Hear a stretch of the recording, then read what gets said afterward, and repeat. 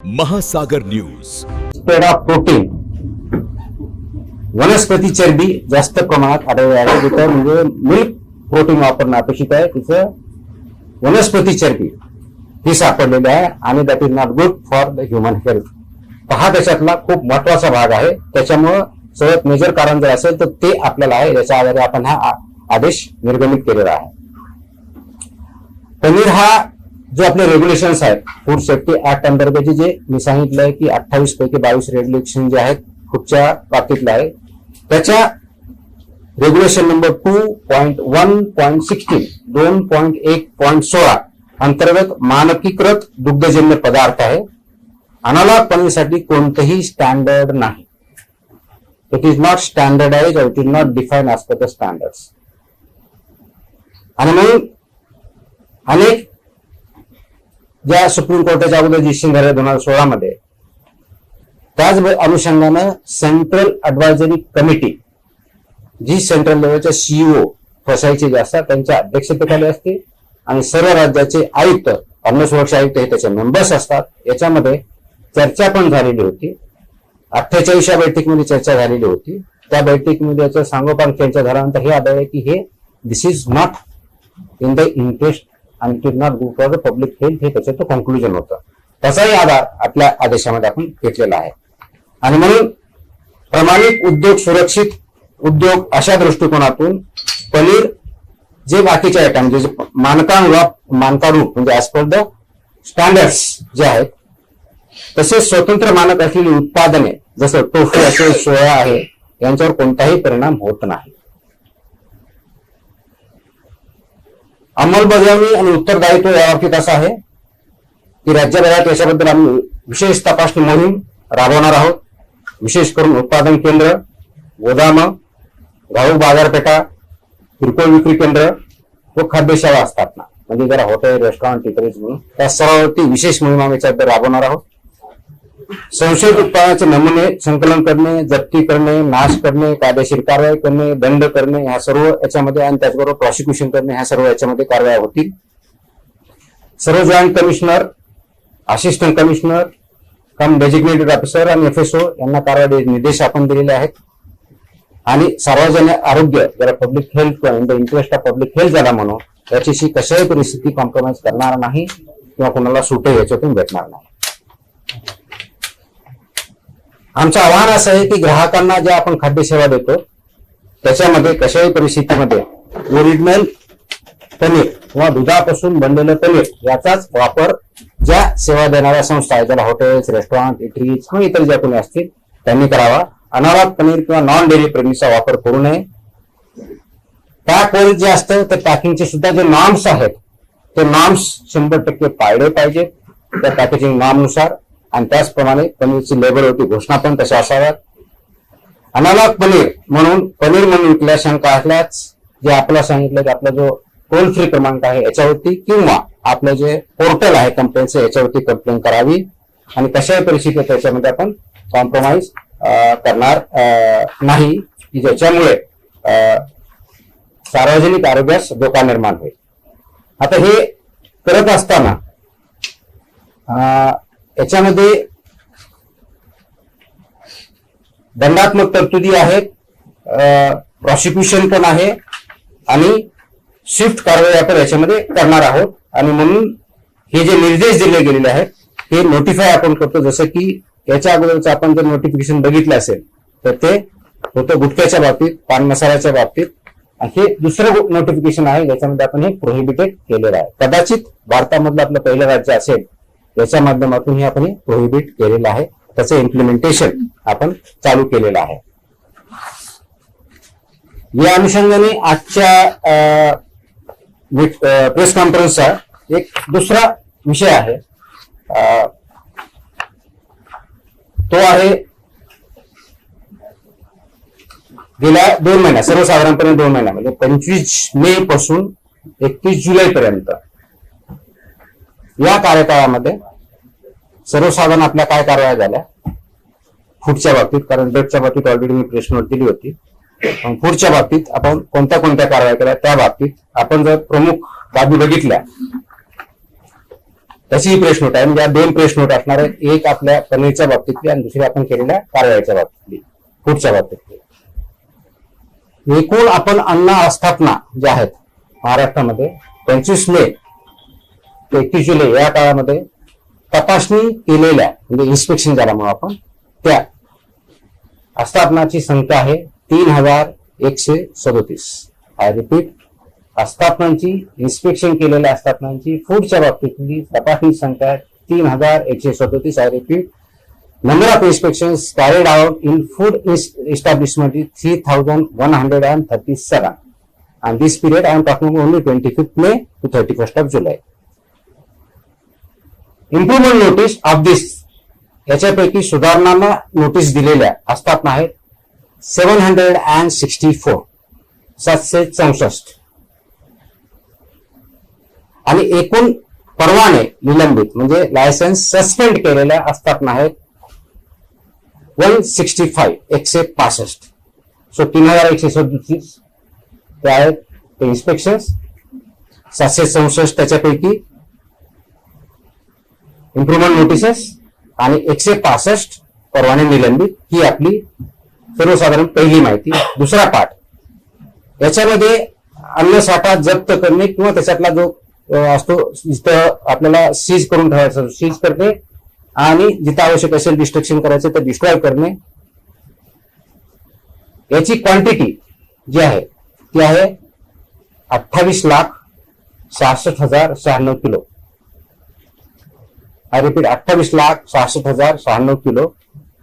त्याची किंमत सर्वसाधारणपणे 55.72 कोटी आहे. 55,72,00,000. हॉटेल्स, रेस्टॉरंट, इटरीज या बाबतीमध्ये एकूण तपासणी आपण या काळामध्ये 890 केल्या. 890 हॉटेल्स, रेस्टॉरंट, इटरीज यांचे इन्स्पेक्शन आपण महाराष्ट्रामध्ये 890 केल्या. Out of which improvement notices वर गिव्हन टू 329. 329 यांना सुधारणा नोटीस आपण दिल्या आणि परवाने निलंबित 116 जणांचे केले. So licences suspended of HREs are 160. Improvement notice are given to 329.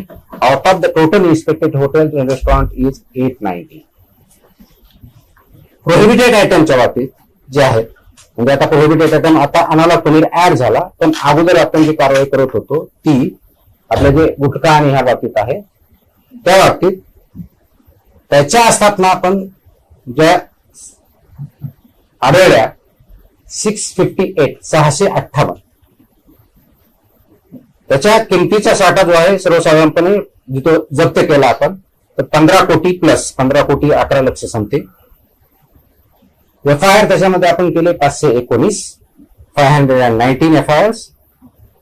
Arrested persons in this याच्यामध्ये आहेत अटक झालेल्या व्यक्ती 701, 701 व्यक्तींना याच्यामध्ये अरेस्ट झाली.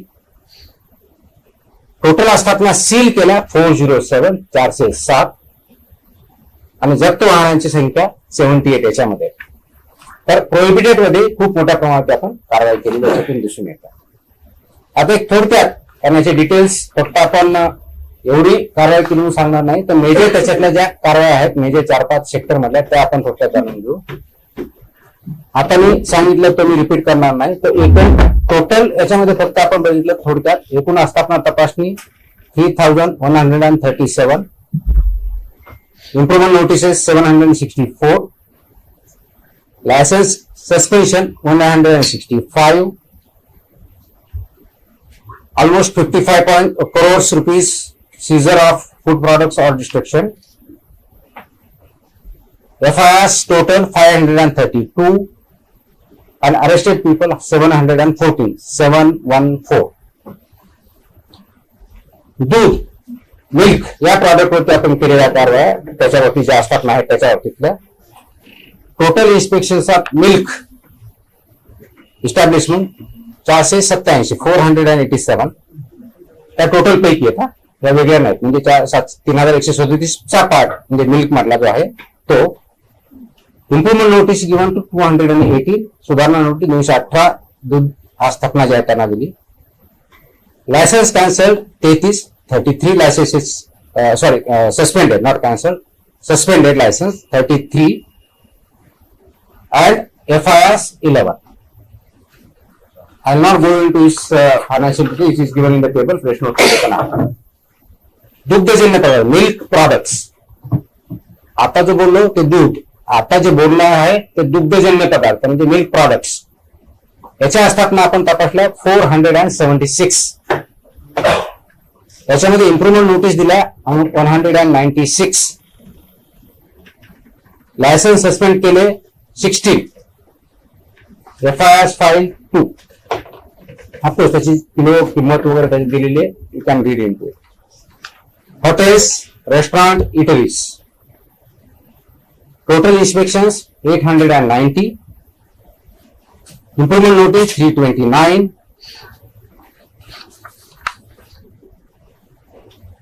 Suspension of licences 116.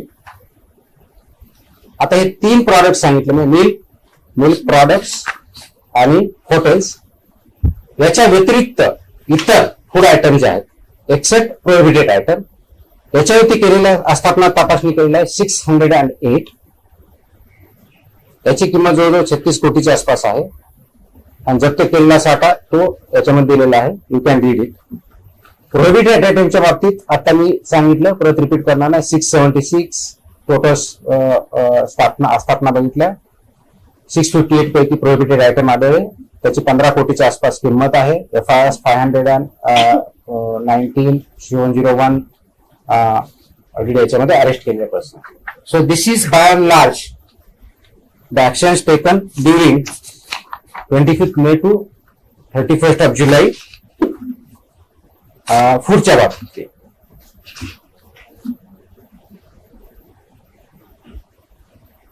बऱ्याच वेळेस असाही गैरसमज झाला किंवा इंटरप्रिटेशन केलं गेलं की लायसन्स सस्पेंड केलं म्हणजे कायमस्वरूपी बंद केलं. नो, लायसन्स सस्पेन्शन हा भाग वेगळा आहे, लायसन्स कॅन्सलेशन हा त्याचा पुढचा. कॅन्सल केलं की कायमस्वरूपी बंद.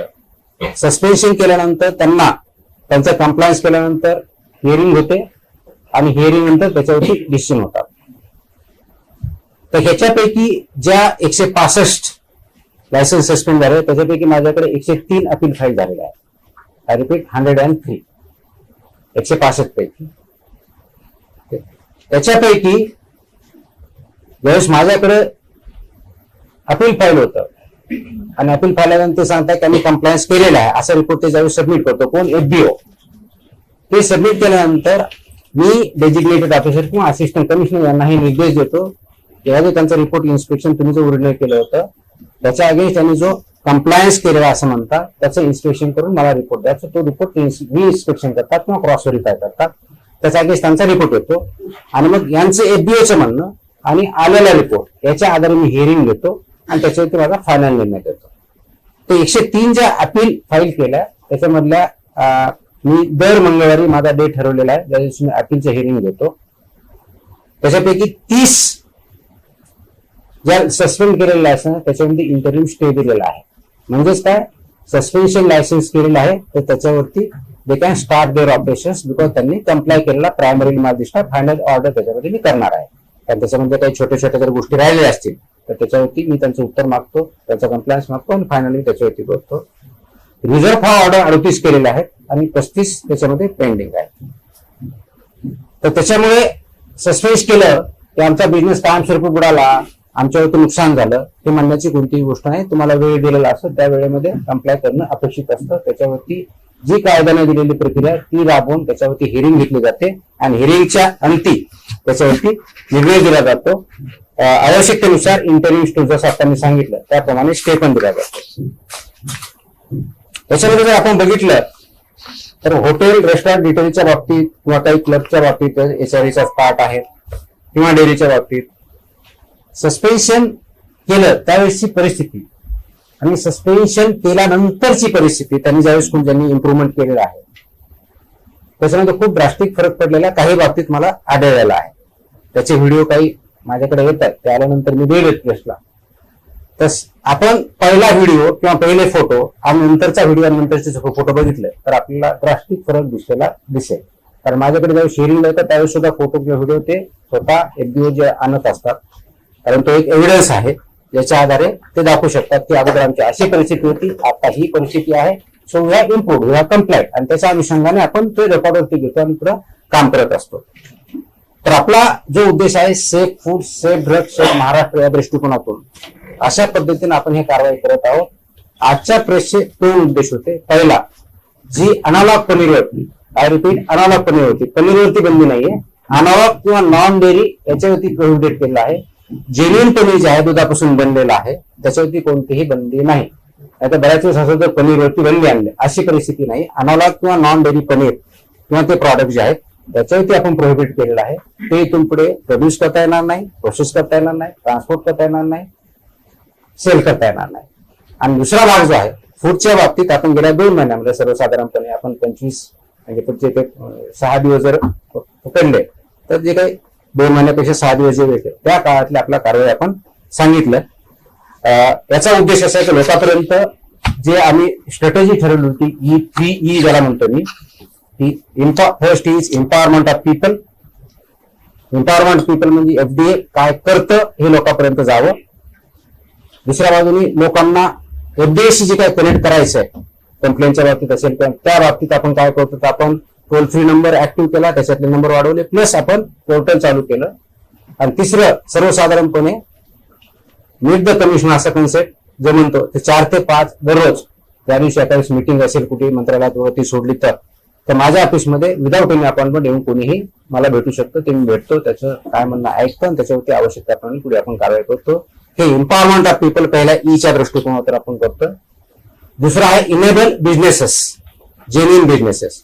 आपली दुसरी स्ट्रॅटेजी जी आहे ते जेन्युइन बिझनेसेस आहेत, जेन्युइनपणे काम करतात, कायद्याचं पालन करतात, त्यांना कशाही परिस्थिती भीती बाळगण्याचं कारण आहे, त्यांना आम्ही इनेबलच करणार आहोत, त्यांना मदतच करत आहोत.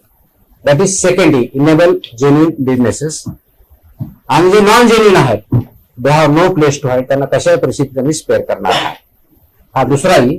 आणि तिसरा ई जे आहे E3 ज्याला म्हणतो तो enforcement of the act and rules. ते इन्फोर्समेंट करणं. या तिन्ही स्ट्रॅटेजी ज्या आहेत आपली एकंदरीत स्ट्रॅटेजी, E3 स्ट्रॅटेजी, त्याच्या माध्यमातून आपण ते काम करतोय. आणि त्याच माध्यमातून आपल्या समोर वेळोवेळी ऑर्डर पण आपण ज्या काढलेल्या आहेत, पर्टिक्युलरली विशेष कंप्लायन्स ऑर्डर किंवा प्रोहिबिशनच्या ऑर्डर, त्याच्याबद्दल आपण प्रेस घेतो. त्याचाच एक भाग आजचा होता म्हणून आपल्या समोर आलेलो. कारवाईची मोठी आकडेवारी आपण दिली आहे. अॅनालॉग पनीरच्या बाबतीत असं आहे, फसाईनं फक्त आपल्याच राज्यात तिकडे किंवा इतर फसाई नाही केलेलं, ही आपली ऑर्डर आहे.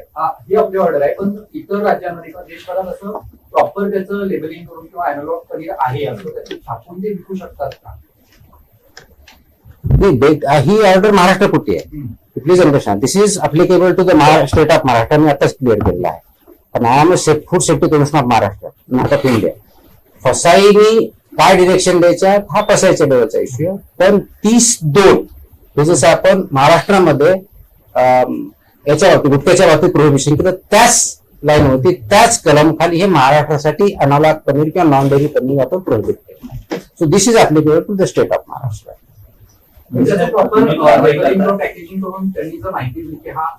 अनालॉग प्रोडक्शनच नाही, तेच सांगतो. अनालॉग तुम्ही प्रोड्यूस करू शकत नाही, ट्रान्सपोर्ट करू शकत नाही, मार्केट करू शकत नाही, प्रोसेस करू शकत नाही, सेल करू शकत नाही. त्याच्यामुळे आता अनालॉग नाव द्या, काही करा होणार नाही.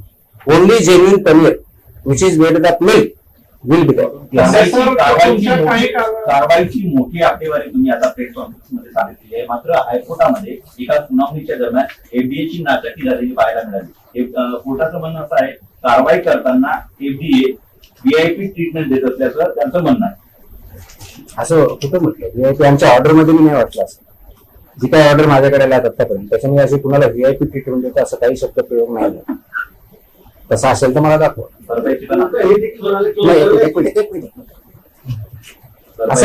असा VIP ट्रीटमेंट कुणाला देत नाही.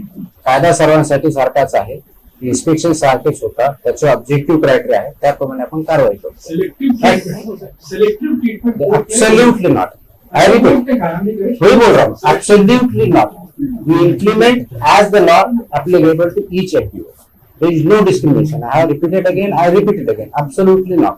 कोर्ट का ऐसा कहना था नवी मुंबई के रेस्टोरेंट उसको लेकर भी कहना था कोर्ट का कि फाइन इम्पोज करने का भी सोच रहे हैं जो नुकसान हुआ है। Let us not jump to the conclusion. When the court order comes, I'll comment on that or I'll respond to that whatever is there. जो आया मैं उसके बारे में नहीं बोलेंगे। नई मुंबई की जो आप दूसरे इसके जो ऑर्डर थी उसी ऑर्डर में FDA high court has appreciated our action, उसी ऑर्डर का पार्ट मैं बता रहा हूँ। मैं आपको प्रेस नोट भी दिया, उसका कोर्ट भी दिया है। आप सेलेक्टिव रीडिंग मत कीजिए, कोर्ट का जजमेंट पूरी तरह से पढ़िए। आपके पास दिया, आपको कोर्ट ऑर्डर ऑफिशियल इस पे अवेलेबल भी है। Court has actually appreciated the efforts of FDA Maharashtra in that order itself. This order available on the portal. So आगे क्या होने वाला है इसके बारे में ना मैं बता सकता हूँ ना आप बता सकते। जब कुछ आएगा उस पर हम रिस्पॉन्ड करेंगे। मुंबईतील हॉटेल चालक केलेल्या कारवाईवर नाराज आहेत। मुंबईमधील बरेच हॉटेल चालक त्यांच्यावर केलेल्या लायसन्स कारवाई केल्यानंतर बरेच हॉटेल चालक हे हायकोर्टामध्ये गेले, त्यावर ते नाराज आहेत। पटकन सस्पेंड करणं म्हणजे काहीतरी सूचना केल्या पाहिजे, ज्या हॉटेलमध्ये काही त्रुटी असेल तर अगोदर सूचना केल्या पाहिजे, आम्ही बदल करू। पण लायसन्स सस्पेंड करणं हे खूप मोठं आमच्यावर आर्थिक नुकसान करण्यासारखं आहे असं त्यांचं म्हणणं आहे।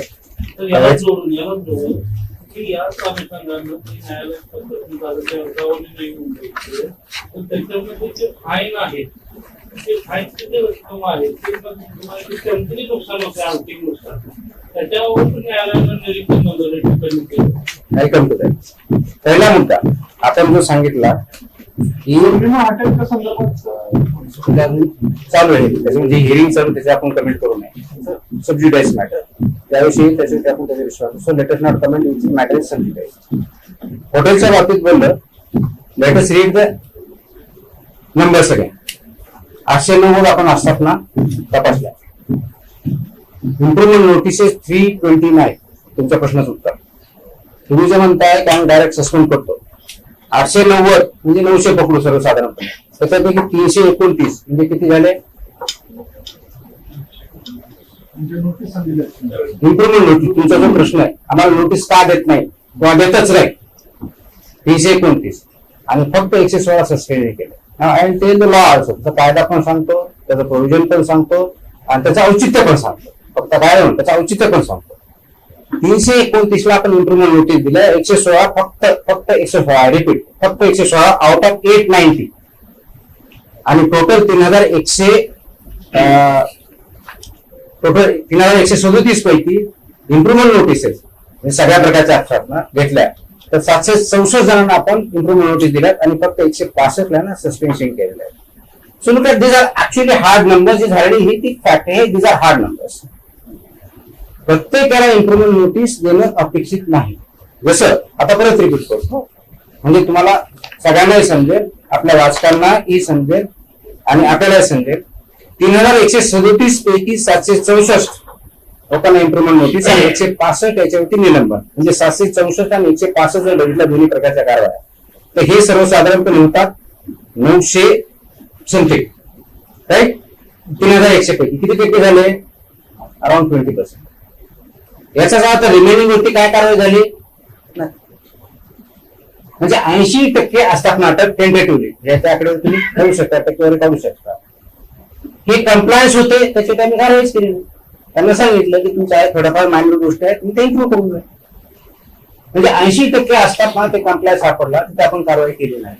सर्वसाधारणपणे 3137 पैकी 165 किती टक्के झाले? त्यांचं फक्त सस्पेन्शन आहे। तर त्याच्यामुळं आम्ही फक्त सस्पेन्शनच करतो, इम्प्रुव्हमेंट नोटीस देत नाही, ते म्हणणं फॅक्च्युअली इनकरेक्ट आहे, ऍब्सोल्युटली फॅक्च्युअली इनकरेक्ट।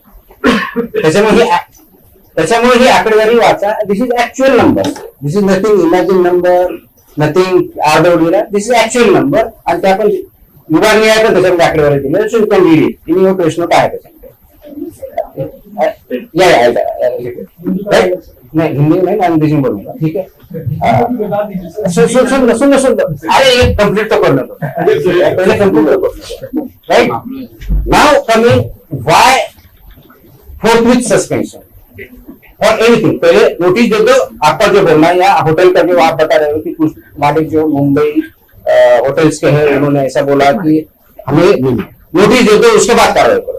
तो होटल के लिए मैंने जैसे बताया 890 से 329 को तो नोटिस हमने दी ही है, इम्प्रूवमेंट नोटिस ही दिया है। इम्प्रूवमेंट नोटिस में 14 दिन का टाइम भी होता है, वो टाइम भी करना भी चाहिए उन्होंने। बाकी रिमेनिंग जो प्रोसेस उससे सब होगी 116 और टोटल में से 3000 प्लस में से 165 देखा जाए 32 आपको चाहिए तो आप कर सकते हो, वेबसाइट है FSSAI act section 32 sub class 3, I repeat sub class 3 का प्रोवाइजर एक बार पढ़ लें section 32 sub class 3 proviso very clear state कि जो बेसिकली डेजिग्नेटेड ऑफिसर जो ये ऑर्डर निकालता है सस्पेंशन, जिसको अथॉरिटी है, जिसका असिस्टेंट कमिश्नर हम बोलते हैं, has the power to go for forthwith suspension. मैं एक्ट से प्रोविजन सांगते हैं, I am not giving the rule और सर्कुलर और any other order, I am talking of the provision in the act itself and why this is given, that's a logical सांगतो why it is forthwith suspension if he or designated officer believes that there is a grave danger for public health. Particularly, this arises from unsafe food. आणि suspension फक्त त्याच cases मध्ये झाले ज्या ठिकाणी there is likelihood of grave danger to the public health because the food produce there was unsafe, आणि त्याच cases मध्ये हे आपण सस्पेन्शन फूड केलेलं आहे. नाउ द सेकंड पार्ट, तुम्ही सांगितलं की याच्यामध्ये कोर्टात जातात. As per the act if any FDO, I repeat including hotels or restaurants, is not satisfied with the order of suspension of the designated officer or assistant commissioner, they have to file an appeal before Food Safety Commissioner.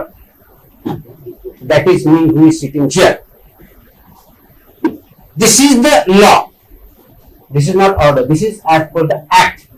अगर वो happy नहीं है, they have to file an appeal before the Food Safety Commissioner. I'll hear them out. उनकी बात सुन लूंगा. अगर मुझे लगता है कि अधिकारी ने गलत किया तो सस्पेंशन में इमीडिएटली रिवॉक कर दूंगा.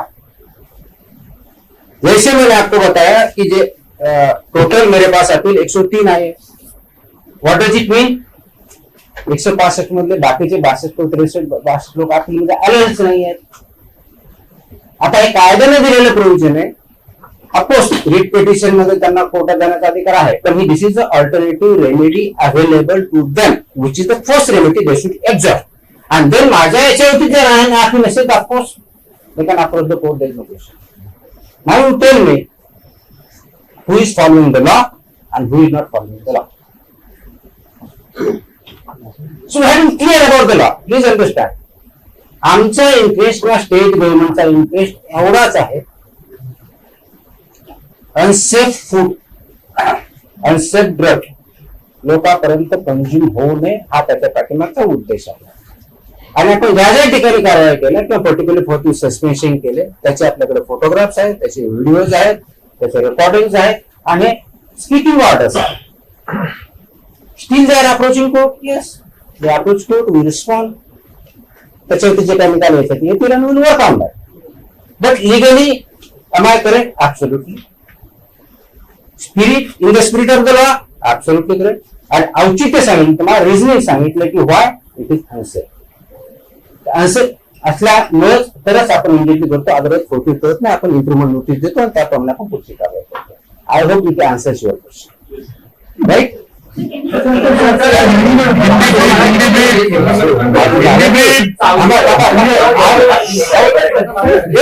देतो उत्तर देतो.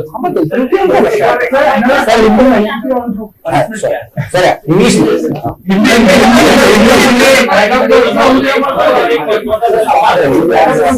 गडबड करू नका.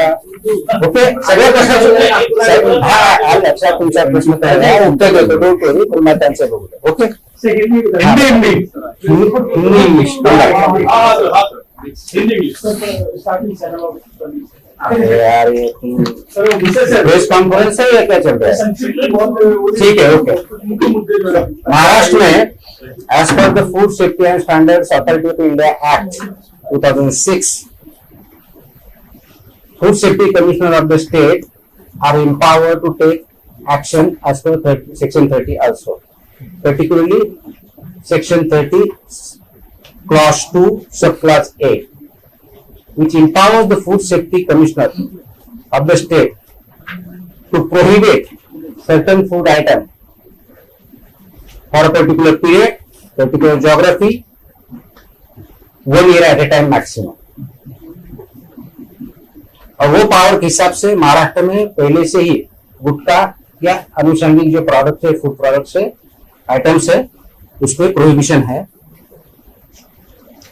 महाराष्ट्र में because there is a issue, analog paneer का एक इश्यू जो है, that is about, and there is issue of health concerns by consumption of it, because it is made up of non-dairy products, and the test results of last 1 year during the 2025-26 ये साल में उनकी total हमने जो sample ली थी उसमें से लगभग 35.4% जो सैंपल्स है उसमें अनसेफ सबस्टैंडर्ड पाया गया है। और उसमें जो मेजर इंग्रेडिएंट हमें मिले हैं वो basically is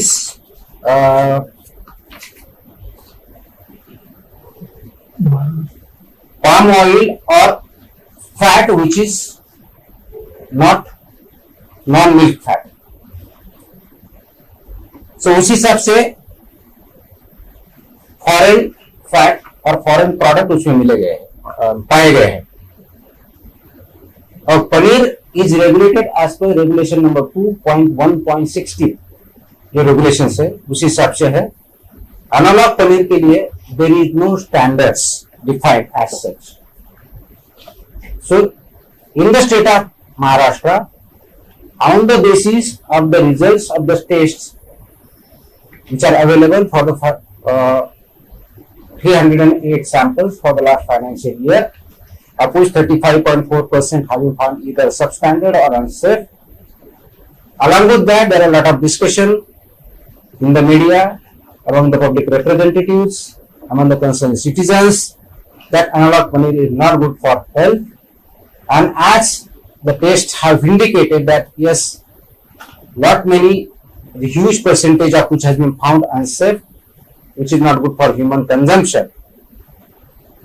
So, as per the powers vested in me as the Food Safety Commissioner of the state, as per section 30, subclass 2, subclass A,